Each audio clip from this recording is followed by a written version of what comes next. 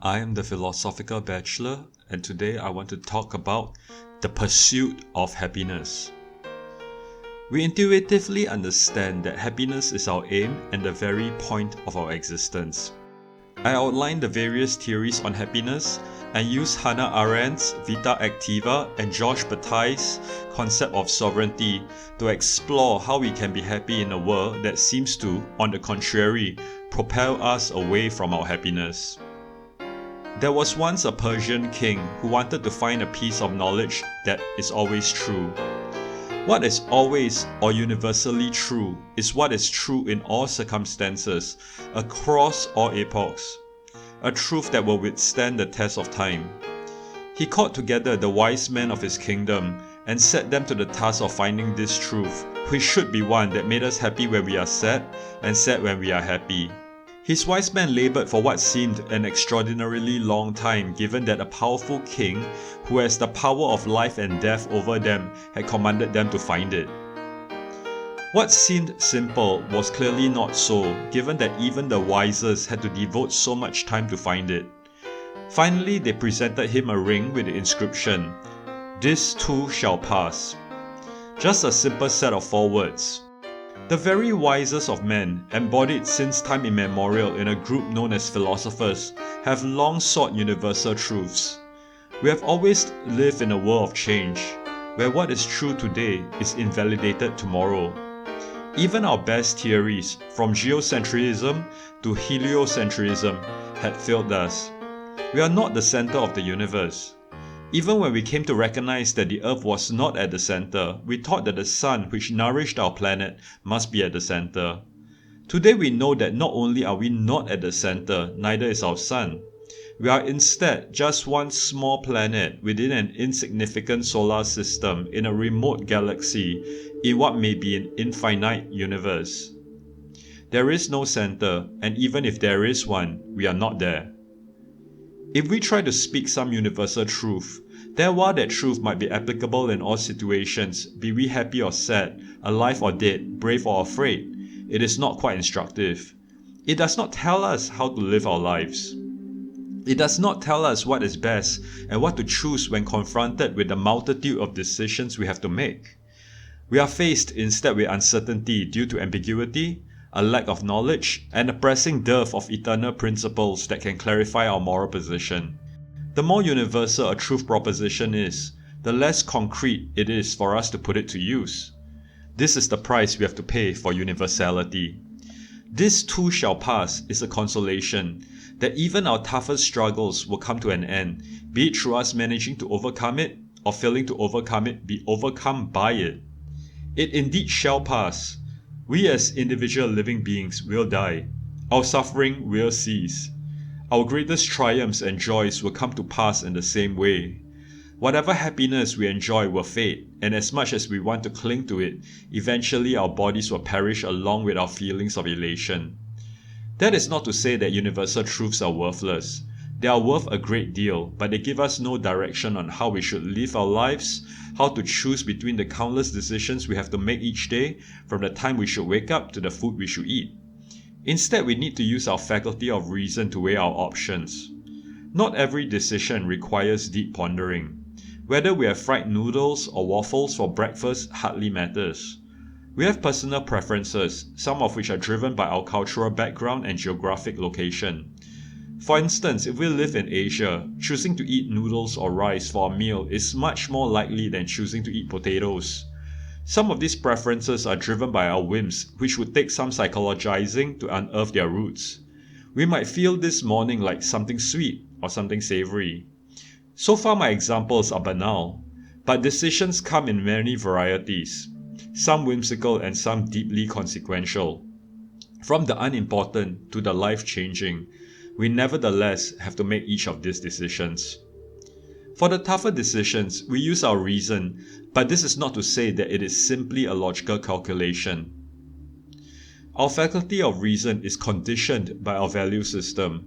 If, for instance, we value the intellect more than physical strength, we may choose to emphasize developing our intellect through study rather than our bodily strength through sports. It is not a logical calculation only, since top sportsmen can earn much more money than top professors, if money is our yardstick. Why we value the intellect more is because of our value system, where for instance as a child, our parents instill in us the notion that having brains is better than having brawn. Why is it better? It might not be as lucrative or as pleasurable, since one can make a lot of money and enjoy a lot of satisfaction playing sports. So why this emphasis on learning and the development of the intellect? Where did this hierarchy of values come from, which pride intellect over brawn? Our parents did not live in isolation and obtain their values solely from the force of their reason. Our value systems are shaped by our elders and leaders, who in turn have their value system shaped by the prevailing norms, expectation and values of our society. If warriors were who our society valued, we would have been training to become fighters. Where the problem arises is when our predispositions are out of alignment with the value system of our society. If we are talented at fighting but mediocre in our studies, and yet fighting as a skill is lowly valued by our society, then we seem less capable compared to if we were living in a warring city like Sparta in 500 BC. Warren Buffett's skill as an investor is richly rewarded today, since it is a skill valued by his society, but you would not want to be marooned with him on a desert island. You instead will want to be buddies with the Robinson Crusoe type, who knows how to make a fire and build a shelter from trees. A valuable skill in the right environment, but not in modern day New York City. Context is important. The point is, there is no brief aphorism that is going to be our guiding star out of the complexity of our lives. Whatever answers we shall find, do not expect it to be simple and straightforward, universally applicable to everyone and in all situations. It will require nuance, and in some situations may seem contradictory to what might appear to be best. If we want it to be practically useful, we must expect it to lose some universality. We too, like the wise men of Persia, have to embark on a journey of contemplation and discovery, under pressure from the demands of our lives, but at the end we should not expect a one-liner or a four-word phrase. Simple answers will simply not fit the complexity of our human condition. In this essay, I want to inquire into how we should live our lives. It is a massive endeavor, but I will narrow its scope so that it will more closely address what I want to know for myself. The endeavor after truth is fraught with difficulties which I have hinted at. How can we even begin? We must begin from our intuitions, which might not tell us what is universally true if held to strict standards, but is something that others are able to understand since they too experience the same intuitions. What do we want from our lives? My intuition suggests that it is happiness that we want. We want to be happy, to lead meaningful lives, to have a good life. I am not the first to think this, obviously. Aristotle wrote the Nicomachean Ethics for his son, Nicomachus, and in its first book, he considers what is our ultimate aim for each of our actions. He writes, "If there is an end for all that we do, this will be the good achievable by action." This is his basis, for which he can provide no proof, since there is no proof to be had. From this intuition, he reasons that sometimes we do things not for its own sake, but for the sake of something else. But we want that something else for some final reason, and if we follow that chain of reasoning to its end, we will arrive at a final and self-sufficient reason for our actions. That final and self-sufficient reason is happiness. We want happiness for its own sake. It is our ultimate aim. Aristotle's theory of virtue ethics explains how we can achieve this happiness, which he thinks of as a life well lived, where one pursues a life of moral virtue and excellence, through an exercise of our capacities through worthwhile activities well done. Well-being is not merely a state to achieve. It is a way of leading our lives. It is an activity. This sums it up well, but I'm getting ahead of myself. I do not want to just take Aristotle's word for it, but to really understand, I need to embark on a quest, which is why I am writing this. However, don't you wish there is a book you can read that addresses what you specifically want to know? Many books have been written on the topic of happiness. At least from the massive bibliography of the Stanford Encyclopedia of Philosophy's entry on happiness, we know that there are hundreds of articles and books discussing happiness in a serious, rigorous way. But even if there are such books that can completely address my needs, it can never be adequate. To find out how to be happy is not something that one can passively imbibe from without. I need to write my own account to work it out for myself. Sometimes we need to work things out for ourselves, though we can be helped on our journey through learning from other people's account. An example of an important matter that people need to work out for themselves is religious belief. One can passively accept the religious beliefs of others, such as one's parents or elders like one's religious teachers, and accept its imposition. But I believe that one needs to take the journey herself to try to understand what the religion means relative to other religions, to on one's own challenge the prescriptions and accounts, so as to finally come to one's own conclusion and in that way build a strong belief. Otherwise one would hardly even know what one believes, which makes for a weak belief. Channeling Descartes, I invite you to take this journey with me, to meditate seriously with me, to try to understand what it means for us to be happy in this life, and to consider if my reflections make sense for you also. I aim through this essay to think about how to be happy in this life. There is an underlying assumption that I am making, which is that we have only one life, which means that once we die, that is the end, there is no afterlife. For those who do believe in God and an afterlife, I leave it to you to see how this essay applies. Not all of it will, but I do think that any religion also wants its adherents to live happily and meaningfully, with perhaps the sources of happiness differing from that of a non-believer. Those like myself, without a hope for an afterlife, might have a nagging sense of futility. Whatever it is that we do will in the long term come to naught. In Percy Bysshe Shelley's Tale of Ozymandias, a traveller encounters the remains of a massive statue in the desert of an antique land. How splendid that statue must have been in its heyday, but now its ruins lie crumbled on the sand. He reads the inscription, "My name is Ozymandias, King of Kings. Look on my works, ye mighty, and despair." Ozymandias must have imagined his glory manifested in his constructions, such as the statue of himself, will last forever. He expected that people will view them millennia later and still marvel at them. The mighty and the powerful will despair upon seeing the magnificence of Ozymandias' works, as they will realize that they can never match it. Yet even for one as great as Ozymandias, hardly anything remains as the tides of time erode what he has left behind. On the scale of the universe, we are merely specks of dust. On the scale of time, our existence, even for the greatest among humankind, will hardly register as the briefest bleep. Is there any point then? Why bother pursuing happiness or try to do anything at all?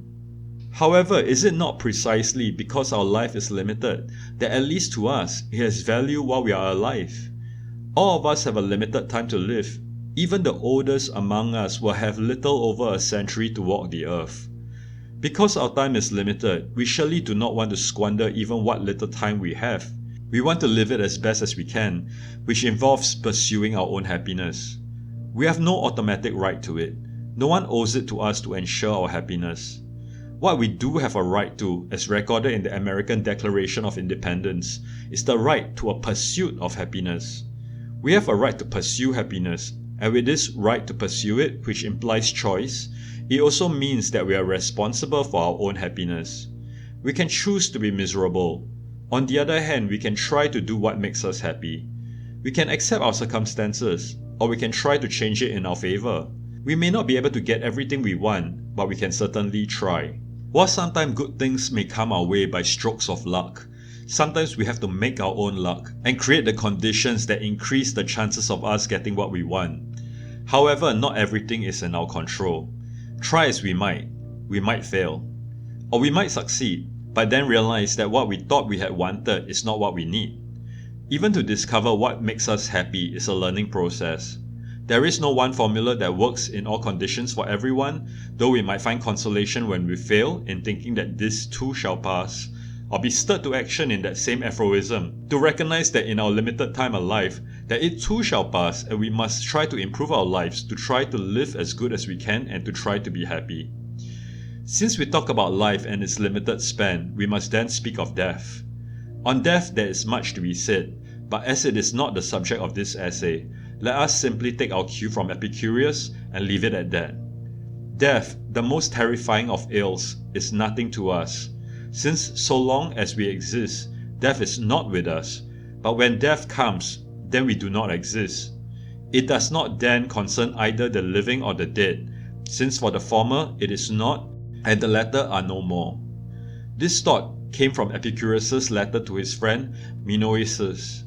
To bring this preamble to a close, given that my aim is to explore the pursuit of happiness philosophically, it is worth considering Epicurus' opening to the same letter.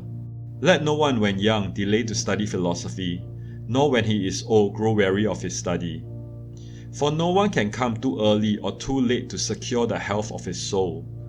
And the man who says that the age for philosophy has either not yet come or has gone by is like the man who says that the age for happiness is not yet come to him or has passed away. We must meditate on the things that make our happiness, seeing that when that is with us, we have all, but when it is absent, we do all to win it. Chapter 2. What is happiness? What do we want? Common sense intuition tells us that we want to be happy, we want to have meaningful lives and lead a good life. But what does it even mean to be happy? Daniel M. Hebron, in Happiness, a Very Short Introduction, breaks it down into two broad notions.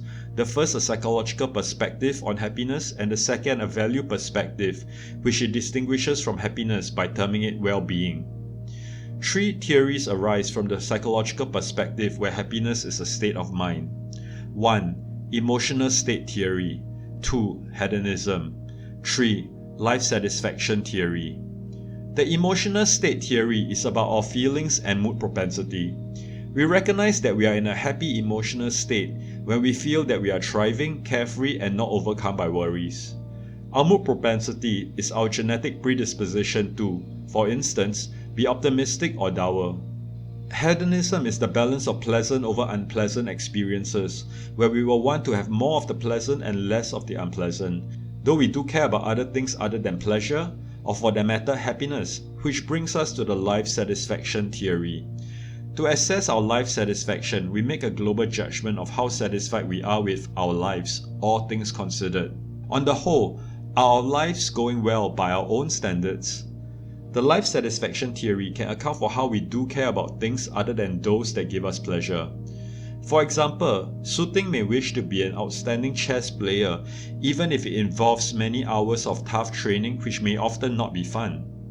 She has to take part in difficult and frustrating bouts ending in defeat. However, even those who suffer a lot may still be satisfied with their lives and based on this theory be considered happy. After all, if they judge themselves satisfied and hence according to this theory happy, who are we to judge otherwise? However, a problem and a benefit of this theory is that life satisfaction is something that we can only gauge when our entire lives have run its course. Athenian statesman Solon says that we should count no man happy until the end is known. This means we should keep the big picture in mind when we pursue actions that may not immediately give us feelings of happiness or pleasure, but may pay off later. The aim is to look back at the end and reflect on whether overall we have led a good life, and in that way a happy life. We need not decide between these three theories. Each are instructive. We want to feel good, according to the emotional state theory. We want to enjoy pleasures and avoid pain, according to hedonism, and we want to be able to look back and judge that we have led a happy life, according to the life satisfaction theory. In addition to the psychological perspective of happiness, the value perspective also lends insight. By value, Hebron is referring to what is good for us, what kind of life we want, and what is valuable to us. Just to have a happy state of mind is apparently not enough. It should be accompanied by leading a good life. Aristotle's account once again is worth considering. He talks about eudaimonia, a complete life of virtuous activity. Virtue for Aristotle is not just to be morally virtuous, but to have human excellence. As Hebron writes, a good life consists in excellent activity. It is more something you do than a state you try to attain. He outlines 4 theories of well-being. 1. Hedonism, which is the balance of pleasure over pain as previously mentioned. 2. Desire theories, where what is good for you is getting what you want. However, this theory has difficulty explaining the mistakes we sometimes make in desiring what is bad for us. 3. List theories, where we make a list of objective goods like knowledge, achievement, friendship, pleasure, and whatever else is important to us and try to obtain them. 4. Eudaimonistic theories, where we live in accordance to who we are to try to be authentically happy by reflecting our own values. Pleasure is important to us, but so are objectively good things such as knowledge, friendship, and achievement, which might or might not be pleasurable while we try to attain them. However, since we value them, we have to try, for the sake of our well-beings, to attain them. We also need to try to live in accordance to our nature, by our own lights. Hebron presents 3 dimensions of happiness. 1. Attunement, where we feel at home in our lives, safe and secure enough to let our defenses down, home being a place where we can be relaxed and have peace of mind and tranquility. When we are in tune with ourselves, we can be confident, and we feel relaxed and carefree, in contrast to feeling alienated, anxious, or stressed. 2. Engagement. We want to be engaged with our choice of activities, where we feel energized, passionate, and in the flow while doing them, even when they are not going well. 3. Endorsement. In those moments when we feel happy and joyful, we have the feeling that life is good. According to Hebron, we have a relaxed posture when we are attuned, we have a spring in our step when we are engaged, and we smile when we endorse our happiness, which is all very well, but how can we be attuned, engaged, and endorsing our happiness? He discusses some sources of happiness, though he notes 2 limitations. The society we live in can and does determine what we want, and they may make certain things important for happiness. For instance, money. We may also have a genetic predisposition for happiness, but since it is something we are unable to do anything about, he does not dwell on it. Hebron, through the scientific literature, identifies 5 sources of happiness, which happily forms a memorable acronym, SOURCE. 1. Security. 2. Outlook. 3. Autonomy. 4. Relationships. 5. Skilled and meaningful activity. He considers 4 aspects of security: material security, social security, project security, and time security. What is important to our sense of security is our perception of it. For instance, in the case of material security, some may think that when they have enough wealth to take care of their physical needs such as food and shelter, and in addition have some surplus to take care of crises and emergencies, they will then be able to move beyond wealth accumulation to do other things with their lives. Others may think that there can be never enough money, since the possibility of crisis is always there and our wants are endless, hence living a life of continuous material insecurity. Too much wealth can also cause material insecurity, since one may fear being robbed if one is seen to be wealthy. It may also create other problems, such as having to store it, protect it against theft, and prevent its erosion from inflation. On the personal front, one can become arrogant or experience dispute within the family over how to distribute the wealth. Hence, more is not necessarily better. On arrogance and dispute among one's loved ones, it is another aspect of security, social security. As a social animal, we crave relationships with others. We care about our social standing and desire mutual respect for one another. We want to be cared for and care for others. Project security concerns the prospects for success in our chosen projects, which affects our self-esteem. Time security is about having enough time to take care of all our various needs and wants. For some people, it seems as if there are never enough hours in a day for all the competing demands in their lives, such as work, parents, children, self-time, rest, entertainment, and friends. Outlook is our general attitude towards our lives. Those with a positive outlook are better able to brook life's challenges and difficulties with fortitude and even humor. The Stoics, a school of philosophy in ancient Greece, thinks that what matters is not what happens to you but how you respond to it. For them, the good and the bad that takes place in our lives are all just part of the ride. Hebron shortlists 5 factors that can help one's outlook. A. Positivity, where we savor life's pleasures, focusing on the positives, being optimistic and grateful, counting on blessings, seeing humor in things, and letting ourselves be silly or ridiculous. B. Acceptance, where we accept things as they are and not demand that they fit our agenda. Keeping our expectations modest can help us accept how things finally turn out.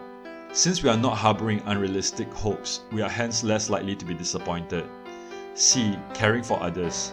Research has shown that caring for others boosts one's own happiness. D. Moral integrity.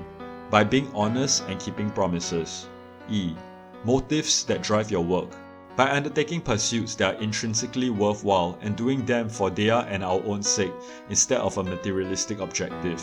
Autonomy is the ability to make our own decisions, giving one a sense of self-determination. It is freedom from being coerced to do things against our will, from being meddled with, and from being subject to someone else's will. Some may even consider wage slavery a lack of autonomy. There is another freedom which is linked to autonomy and desire theory, which is option freedom.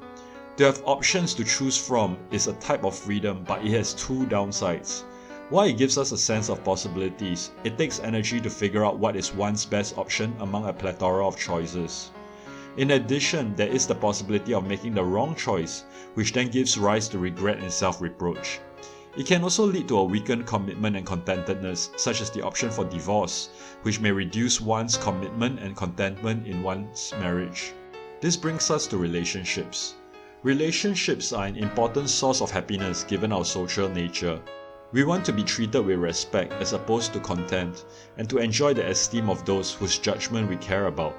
Hebron points out that while working in corporations may seem social, it could be that we are spending lots of time with people we do not really trust, care about, and whose interest in us is not for who we are, but for their own purposes. We do not like being manipulated, and we want to have a sense of agency. We want to actively decide what we do and do it well. Skilled and meaningful activity gives us that agency. Hebron writes, in general, people are happiest leading active lives, doing and not just having or passively consuming. Aristotle's good life, one of eudaimonia, involves a life of virtuous and excellent activity, where we can exercise our capacities through worthwhile activities well done. I've earlier already cited this, but this phrase is worth breaking down and elaborating. It has three parts. We want to exercise our mental and physical capacities, which is why an activity requiring some level of skill is fulfilling, while an activity that is too simple may become a bore. We want to do worthwhile activities that are meaningful to us, and not just busy work or activities we do not care about. Finally, we want to do those activities well. Why do you like mathematics? Peter asks his daughter, Felicia. Because I am good at it, I get good grades in it, she replies. Being good at something is a source of fulfillment. It is pleasant to know that one has capabilities. However, it is not enough.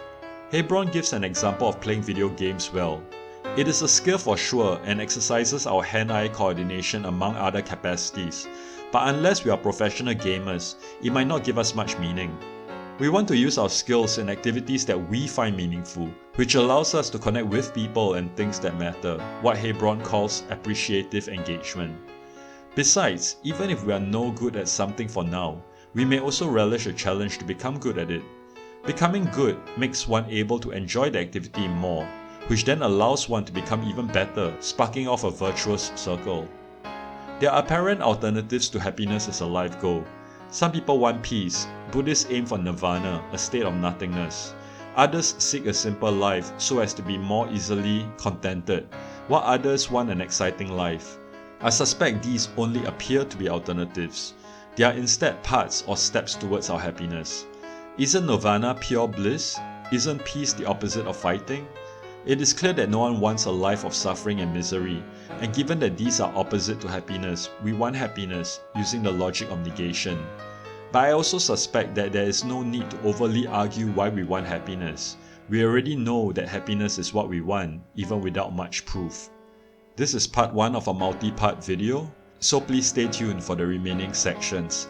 Thank you, and if you wish to support the Philosophical Bachelor channel, you can do so at worldwideweb.patreon.com/philosophicalbachelor.